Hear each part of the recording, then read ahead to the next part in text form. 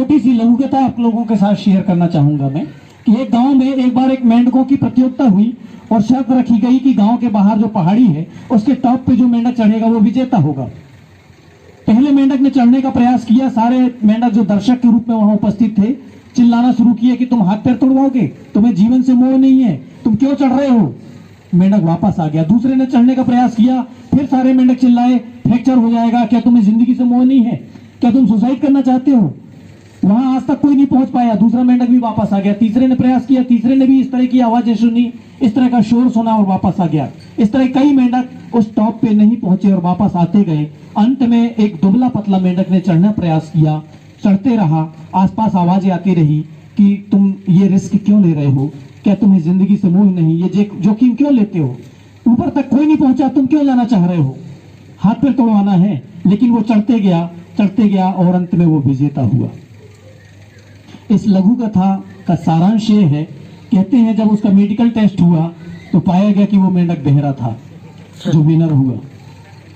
तात्पर्य यह है कि जब आपके आसपास हतोत्साहित करने वाली नकारात्मक दृष्टिकोण वाले आवाज बहुतायत में हो तो आपको उस समय बहरा जैसा व्यवहार करना है।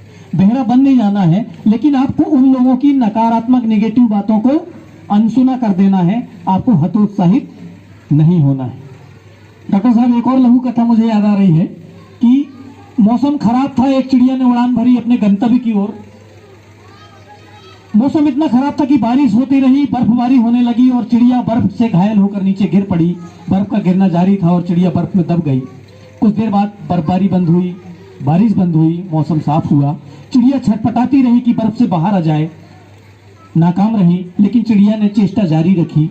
संयोग से वहां से गाय गुजर रही थी और गाय ने गोबर की और गाय का गरम गरम गोबर ठीक उसी जगह गिरा जहां बर्फ में चिड़िया दबी हुई थी।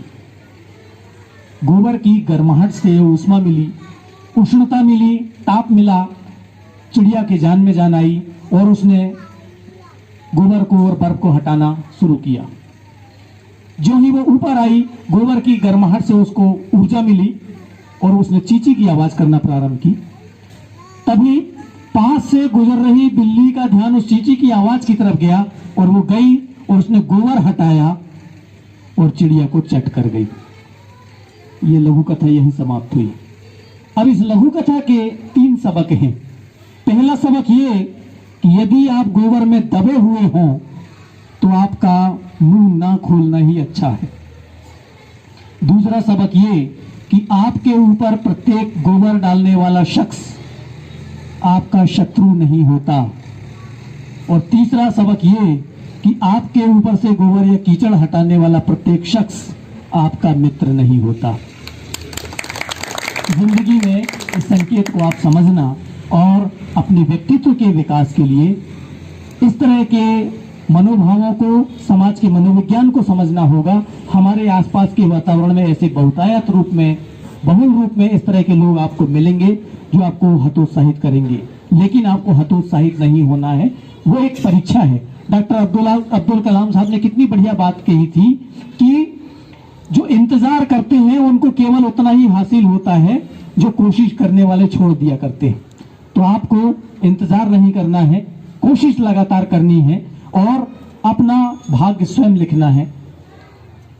मुझे पुनः पंक्तियां याद आती हैं कि जितना भी हासिल है आपको निराश नहीं होना है। दुष्यंत जी की पंक्तियां याद आती हैं, इस नदी की धार में ठंडी हवा आती तो है, नाव जर्जर ही सही लहरों से टकराती तो है। और एक चिंगारी कहीं से ढूंढ लाओ दोस्तों, इस दिए में तेल से भीगी हुई बाती तो है। और एक चादर सांझ की सारे शहर ने ओढ़ ली, यह अंधेरे की सड़क भोर तक जाती तो है, भोर तक जाती तो है। तो आपको हमेशा सकारात्मक बने रहना है। सकारात्मक बने रहने पर मुझे एक और लघु कथा याद आ रही है और लगता है कि आपके साथ शेयर करूं।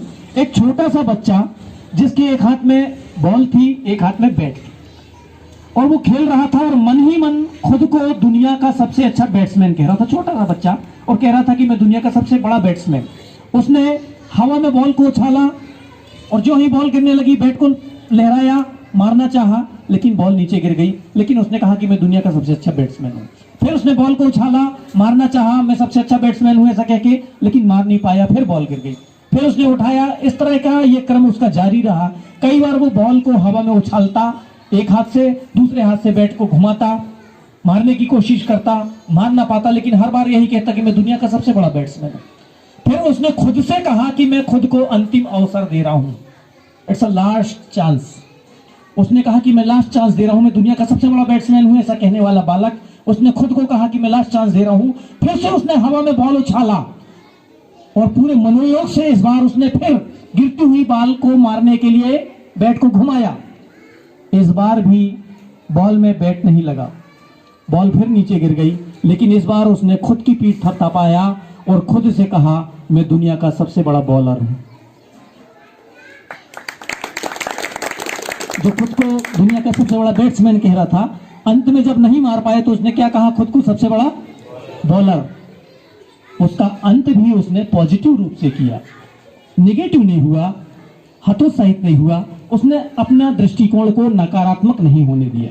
तो आपकी जिंदगी में भी इस तरह से कई मोड़ आएंगे, कई तरह के नकारात्मक प्रभाव, दुष्प्रभाव देखने को मिलेंगे, कई तरह के हालात ऐसे आएंगे, आपको उन जोखिमों से जूझना है। एक और लघु कथा आपके साथ शेयर करूं, ऐसा लगता है कि कल्पना करें आपके हाथ में एक पत्थर है और आप एक कुत्ते को मारते हैं। आपके पत्थर की चोट खाकर कुत्ता वहां से भाग जाएगा, लेकिन वही पत्थर आप मधुमक्खी के छत्ते पर मारें, मारने वाला भी वही, पत्थर भी वही, लेकिन हश्र क्या होगा, मधुमक्खियां पूरे सामूहिक रूप से, झुंड के रूप में, समूह के रूप में आपके ऊपर अटैक करेंगी, आक्रमण करेंगी।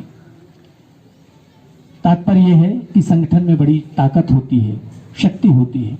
तो आप एनएसएस के लोग जब संगठित हो जाते हैं तो एक युवा नेतृत्व का निर्माण करते हैं। हम युवा हैं, शक्तिपुंज नदियों का मार्ग बदल देंगे, जैसा कि अंजीलाल ने कहा, राह अगर रोकेंगे पर्वत धरती को समतल कर देंगे। तो ठानना होगा, आपको संकल्प लेना होगा। अगर हम ठान लें, तारे गगन के तोड़ सकते हैं, अगर हम ठान लें तूफान का मुख मोड़ सकते हैं, अगर हम ठान लें तो विश्व के इतिहास में अपने सुयस का नव अध्याय भी हम जोड़ सकते हैं, सुयस का नव अध्याय भी हम जोड़ सकते हैं। तो आपका सुयस बढ़े, मेरी ढेर सारी शुभकामनाएं, आपके उज्जवल भविष्य की शुभकामनाएं, आपको बहुत सारी बधाई। आप